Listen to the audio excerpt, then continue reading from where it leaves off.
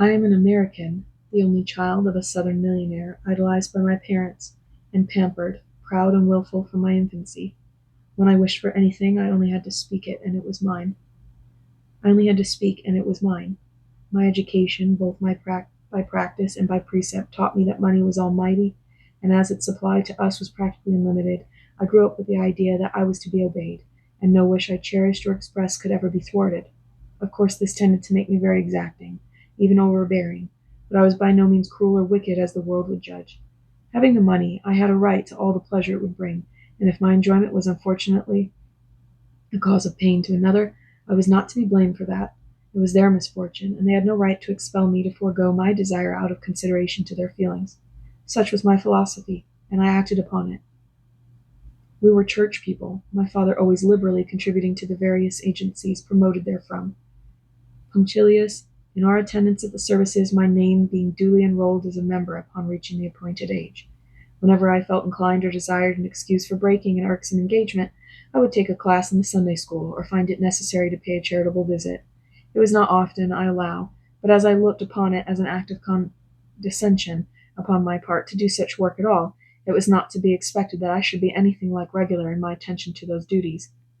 There was never but one girl I could really call my friend. That was Sadie Norton. Our social position was fairly equal, but I, being a trifle the older of the two, could rightfully assume the premier place. Then Sadie was not exactly the girl to command or lead, so I was in no way interfered with in my assumption of leadership, and for that reason our companionship became a very close one.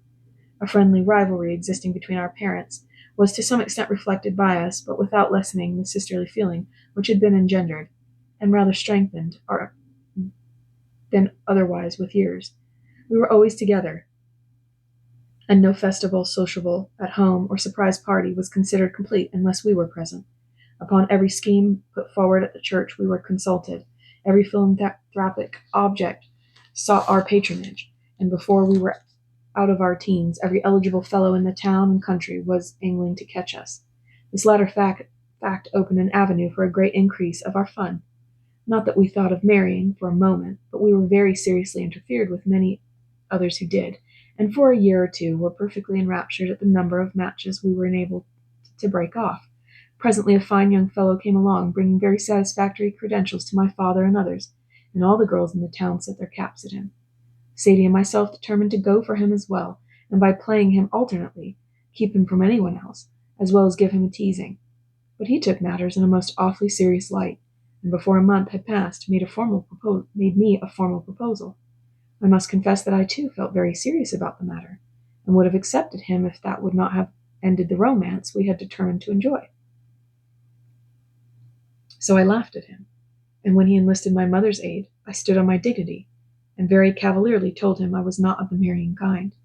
He went away looking very crestfallen, but I laughed. My experience of men had not been a long one, but I knew his cloud would only last till sunrise. Every man enters upon the April season of his life when he falls in love, and the way he is treated and trained by the woman he woos at such a time has much to do with the formation of his permanent character. So I thought, and therefore determined to give him such a schooling as would bring him out of the hero into whose keeping I would entrust myself, so far as I deemed prudent. I made a mistake. The morrow came, but brought no Charlie. I was piqued. He was trying for the mastery, but he would find his match.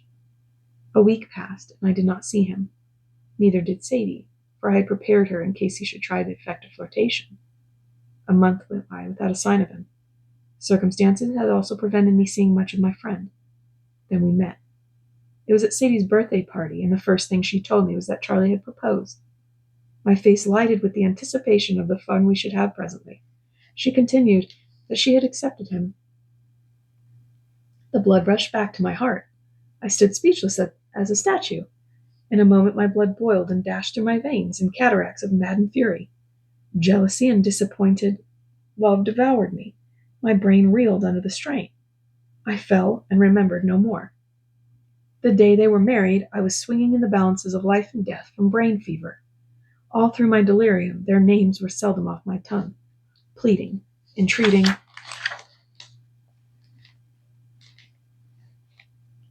or cursing them, as the frenzy impelled me. But after my reason returned, I had strength to mind, mind never to mention them again.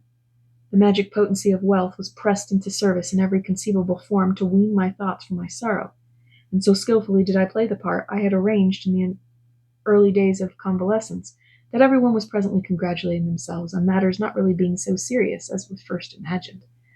They little dreamed my composure was but a mask, and that in my soul I was plotting and planning how to best obtain the revenge which I would either secure or die in the attempt. Sadie had been false, had taken advantage of our temporary estrangement to carry her base design to success, and she had succeeded with fatal effect. She had deceived Charlie as wickedly as she had injured me, for it was impossible she could be the wife I should have made him. He was not so much to be blamed, since he had been made the tool of her cunning duplicity, but she should feel the weight of my vengeance. I would find them if I had to travel the world in my quest. I would return her perfidy fourfold, and take him from her, even if I died in the hour of my triumph. For 5 years I continued my secret but unsuccessful inquiries, but I never for one moment faltered to forget my vow. So perfectly did I hide my jealousy that my acquaintances began to think I was really happy again. How little we know of the man, while we rapturously applaud the actor. The stage and the home have not infrequently a gulf between them, quite as impassable as the division between Dives and Lazarus. And we, poor simpering mortals, laugh at the memorized lines, but have no eyes or ears for the lifeblood which gurgles from the heart meanwhile. I was deaf and blind to everything but the one object of my life. They thought me happy, while there was nothing in earth or heaven could make me so, but the man I had lost, and who had been stolen from me by the base ingratitude of my seeming friend. Accident discovered his whereabouts, a small paragraph in an old newspaper from which I was cutting a pattern. I saw his name, learned all that was necessary, and at once began to formulate a plan for reaching him. Life from that moment assumed something of a hopeful hue, but my excitement very nearly ruined everything. I would to God that if it had done so.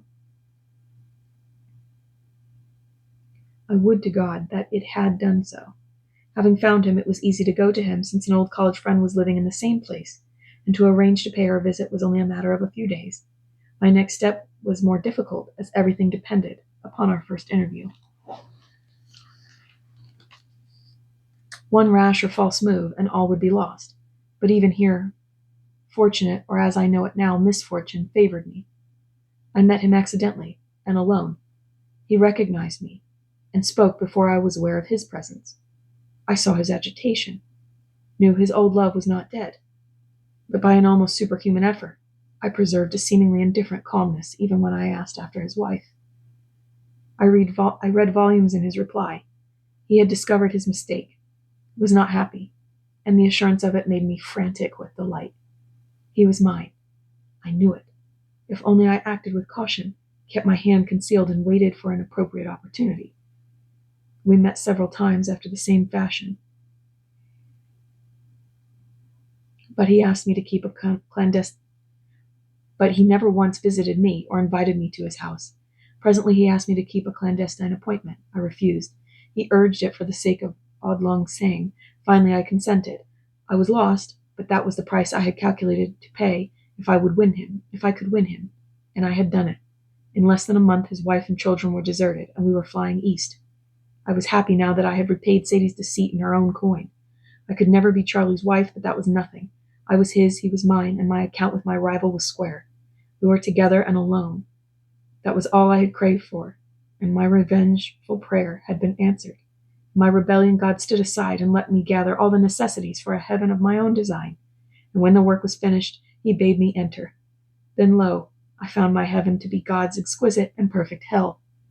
Having accomplished my desire, and the tension under which I had lived so long being over, a speedy collapse ensued.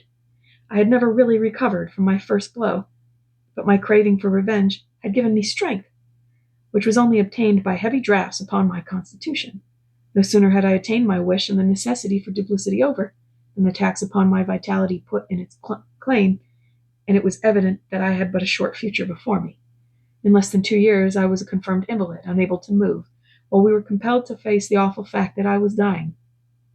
At this time my father found me, and reproaching me for the dishonor I had brought upon his name, vowed if ever Charlie crossed his path, he would shoot him like a dog. I pleaded with him, but he was inexorable, told me Charlie had left me as he had left his wife, that he had quitted the town, had gone had gone no one knew where, and that it was impossible I could ever see him again.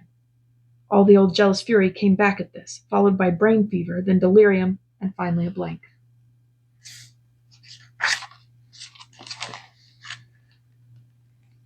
When I awoke, it was dark, horribly dark. I could almost touch the blackness, and I was lying upon a bare floor, cold as a block of ice. I called Charlie, my father, my nurse, but there was no response save the echo of my own voice, which seemed to mock and rejoice at the terror I felt creeping over me. Where was I? Great God! Could it be possible that I had gone mad, or that I had been placed under restraint to keep me from following Charlie? I rose to make what inspection was possible of my surroundings under the circumstances, but in the ague of my fear I fell without the strength to rise. All my senses resolved themselves into the power of feeling, quickened and intensified 100-fold, that I might contemplate with horror the process of my own petrification, voiceless, sightless, and sleepless. How I prayed for the fever and delirium to return and conquer the icy terror which crept so slowly, so agonizingly over me. Vain prayer. I was a prisoner in the rigid domain of despair, beyond the reach of help, or rest, or pity, the sportive toy of all the remorseless machinations which are germane to such a state. I was being slowly converted into a block of frozen yet living flesh, and my abnormal sense of feeling heightened as the infernal transformation went on. Why was it? And where was I? Who were my relentless persecutors? How long before the morning would break? Would the day bring me relief, or wake from the agonizing dream? These and 1,000 other queries propounded their unending enigmas for my additional punishment, till I would gladly have rushed into the arms of madness for rest. But alas, I was deprived of even such a consolation. At length my feet, my hands, my head, my eyes, my tongue, my heart, my brain were ice-bound. Then the furies boiled in my blood, and lashing into angry foam by its excessive heat, sent in maddened cataracts through my veins to finish the exquisite suffering, which I must needs lie still and bear. Of the termination of that period I have no recollection. Whether I suffered until the pain wearied itself out in the intoxication of its own excesses, or whether the intensity of my torture became an anesthetic and lulled me into the sleep of agony, remains a mystery. I only know that for a space my existence lay in oblivion, but of its duration and nature I cannot say anything. When my memory again took up the thread of life, I was still in the same state of semi-palpable blackness, amid a silence which terrified me to listen to. But the sharp agony of my suffering was over, or rather I should say a respite had been granted, while the nature of my torment was being changed to one, if possible, of a more agonizing description. I was still ignorant of my whereabouts, or of the character of the great change that had really taken place in my career, though I was quite conscious I had gained strength, was free from actual pain, and had acquired the power to move if I desired to do so. I also quickly recognized how incalculably my condition had improved from that which immediately preceded my period of unconsciousness, but I yearned for some degree of light, either natural or artificial, that I might discover my surroundings and make some guesses as to what had taken place, as well as estimate the difficulties to be contended with.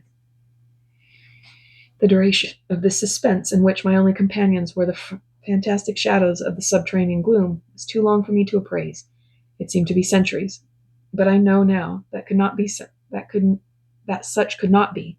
But at length, such a length, I had my wish partly gratified. I saw a light, but it was so small and far away as to be useless for my purpose. No sooner did I observe it than I was conscious of an involuntary movement, as if I was being irresistibly drawn in that direction. At first I experienced an almost imperceptible gliding sensation, gradually increasing in velocity until I was carried from my feet and borne rushing through space as upon the wings of a hurricane. On and on, league after league, with an ever-increasing momentum towards that magnetic beacon, which, expanding as I traveled, yet appeared to be as far away as ever. Oh, the fear and suspense with which that aerial voyage filled me! It was not the pain of my previous punishment, but the dread of the consequences which might result, and I was powerless to avert, was almost as terrible in its effects. Suddenly the power by which I had been attracted or impelled seemed to be exhausted, and I fell scared but unhurt upon the threshold of that light, to find it radiated around the only person for whose presence I sighed and wept and groaned. It was Charlie. I had found him, was with him again. Something told me that the force by which I had been carried hither reluctantly in my ignorance was by some means connected with his intense desire to see me. And in my new-found happiness at our reunion, I wept and reproached myself for the hard thoughts I had so willingly entertained against the unknown benefactor who had come to my relief, released me from my prison house, and so brought us together again in spite of my father's strategy and opposition. Then another something dashed my hopes by suggesting that what I saw was only a hallucination, the cruel vagaries of a dream, and that I should presently wake to find my father as inexorable as ever and Charlie gone, I knew not whither. The thought that such a development might be realized was an unbearable one. The shadow of such a suspicion could not be allowed to rest upon me for a moment. I would take measures to resolve the doubt at once. I passed into the circle of light which enveloped him. How much he had changed since we parted! His jet-black hair was profusely lined with silver, the once calm face was furrowed, and the brightness of his eyes was dimmed, and his stalwart form was bowed. At the moment, he was thinking of me, and I was conscious of his having passed through an ordeal almost as fierce as that I had been compelled to bear. As I reached his side, he murmured my name, while his hand moved as if to make an attempt to take my own, but lost in the depth of his reverie, perhaps unsuspecting that I was so near, he did not raise his eyes to meet my hungry gaze, which was feasting upon the sight of his presence. Oh, how happy I felt! His tone and manner revealed to me he loved me as much as ever, and made me fearful to put my project into execution, lest the result should prove unpropitious. He had not returned to Sadie, but driven from my side had found this retreat, where it was by no means troubled me or excited my curiosity, where he had perfected a plan for my deliverance. And was he not lost in abstraction as he nervously awaited the result, so lost that he little knew what success had been accomplished? I lifted my head and saw that faraway look had not faded from his eyes, in which I noticed a strangely suspicious light was beaming. I started to my feet in horror and shook him, in my fear that the joy of our reunion had proved too much, and that his reason had deserted him. He only shivered as the room had grown chilly. Then I questioned my own sanity. Could it be possible my mysterious journey had been the delirium of a mad woman's raving? Oh, God, I cried, reveal this mystery or it will kill me. Charlie, Charlie, don't you know me? Speak but one word and tell me so. I have been ill, but I have never swerved in my love for you. If you think I have done wrong, oh, my love, forgive me, and let me nurse you back again to health. We will be happy yet. Come, let us go away. Say you know me, and I will be content. Charlie, just one word, dear. Say you know me. At this he roused himself abruptly, picked up a book, and began to read without so much as a word, a look, or a sign that he recognized my presence. I recoiled in amazement, dumbfounded. He was not mad. But how could I account for this unwarrantable treatment? Why would he not speak? Surely if my presence was unwelcome, he would tell me so. If he feared discovery, he would take means to conceal me. If I was still the same to him as before, he would clasp me in his arms and greet me. Anyhow, I could not account for my reception except upon the basis of that cruel suggestion that I was only the victim of a dream. God knows my suffering was real. Whether anything else would prove so should be presently determined, for I would watch and wait. By and by I reproached him for his conduct, to try if that could win a response, but he only smiled, and warily laying his book aside, turned to someone whom I could not see and said, "Will you tell your mamma that I wish to speak to her?" What did he mean? What was any other woman to him when I was present? Was it possible that he had gone back to Sadie after all, and wished her to be at hand to witness my humiliation? All my old jealousy was aroused at the thought, and a sudden frenzy carried me past all restraint, in anticipation of the coming scene. I felt a stranger enter, but was neither able to see nor hear who it was, a fact adding considerably to the mystery and terror which possessed me. Was I equally invisible and inaudible to her? It would seem so, for while I heard every word which Charlie uttered and every movement he made, and could understand that the conversation had not the slightest reference to myself, I was still ignored as completely as if I had no existence. Was it possible they were playing an arranged part to drive me to distraction? Who was this woman? Oh, God, that I had been equally deaf and blind to Charlie's conduct as she was to me. It was not Sadie, but I heard him call her by a name he never could have given to me. Then I knew his baseness and treachery, found a full explanation of the conduct I had received. He was simply mocking me. Whether she was cognizant of my nearness or not, he was aware of it, had secured my presence that I might witness his happiness with a rival who had supplanted me. A rival who had supplanted me, as I had taken him from Sadie, that he might laugh as he saw how the knowledge of it would torture me. This was too much. The certainty of his desertion maddened me. But to witness his love passages with my rival goaded me into a diabolical frenzy, and I determined to kill him before her eyes. Alas! Ere I had time to move, the light which surrounded him expired, and I was left again in that Egyptian blackness, afraid to stir on the account of terror, which had come back with my blindness. Still I could hear him. Worse, I could hear her. Heard of what she said and called him. Rage and jealousy tormented and mocked my helplessness, until I prepared to follow the sound and wreak my revenge by laying them dead side by side. Horror! When I would have slain them, I found that I was as powerless to move as I was to see, and I was compelled to stand and listen to his perfidy, unable to make a sound to drown the echoes of his caresses. 1,000 times over, I would have chosen the gradual petrification of my previous state. The tortures of hell were increasing. Was it possible that it could hold anything in store more excruciating than my present punishment? I prayed to go mad, that in my madness I might find relief from such poignant pain. But my prayer came back like a stream of molten lead falling upon my head and burning fiery channels into my brain, increasing my agony yet 100-fold, and bringing to me a consciousness that my actual retribution was but just commencing, that it would continue to increase, and I should be compelled to bear it, since no escape was possible. I was chained to him, and for periods of time, as long as eternity it seemed to be, I was made to endure this indescribable development of excruciating chastisement, with every nerve quickened to a sense of feeling defying description. While memory itself is not strong enough to grasp its intensity, madness could not come to my relief. Death could not listen to my pleadings. Insensibility was palsied and could not approach me. Pity was beyond the reach of my wailing, and mercy had not power to enter the domain in which I was a prisoner. What could I do? Nothing but suffer. Why was it that no one would wake me from such a horrible nightmare? I cried, but there was none to answer me. I was in all the agonies of hell, without even the poor consolation that I was suffering in company. I could not bear it, yet I could not escape.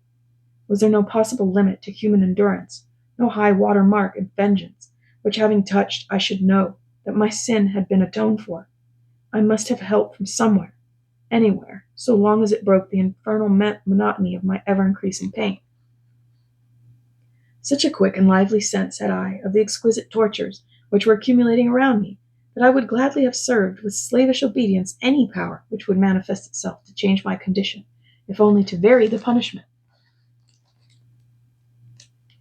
If cessation was impossible, I would be content to take the rest of change, and for this I made a last appeal, even though my prayer returned, as in the case of that which initiated my state of fury, and I cried, O God or devil, any being of pity or remorseless cruelty, hear me, and end my torments.